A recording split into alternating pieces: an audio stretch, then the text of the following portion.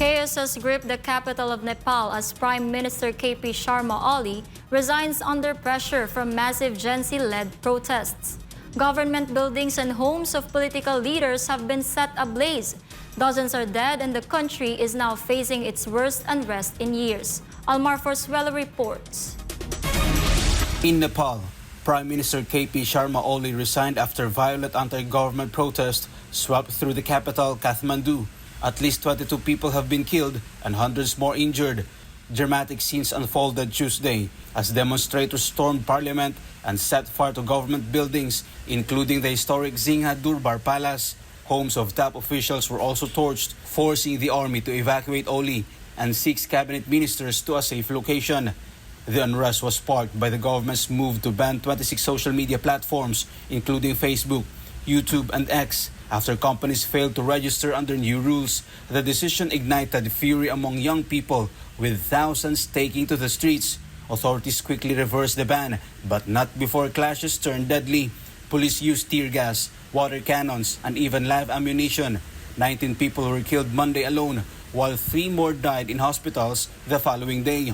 More than 200 others treated for injuries. Among the dead, the wife of former Prime Minister Jala Nath Kanal, who was burned alive when her home was set ablaze. Local media reports say that protesters trapped her in her own home in the Dalo area and set house on fire. She was rushed to a hospital but died during the treatment.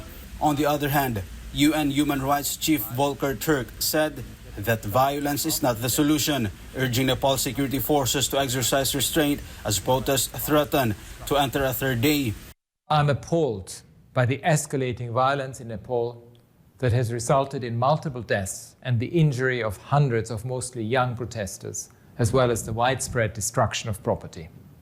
I plead with security forces to exercise utmost restraint and to avoid further such bloodshed and harm. Violence is not the answer. Dialogue is the best and only way to address the concerns of the Nepalese people. It is important that the voices of young people are heard. Protesters have the right to express peacefully their political frustrations and grievances over corruption and a ban on social media platforms. I have received concerning reports of unnecessary and disproportionate use of force by the security forces. I call for an urgent, thorough, transparent and impartial investigation into such acts. I'm also disturbed by reports of public buildings, businesses and private residents being attacked and in some instances set ablaze. Equally, I'm concerned by reports of physical attacks on senior government officials.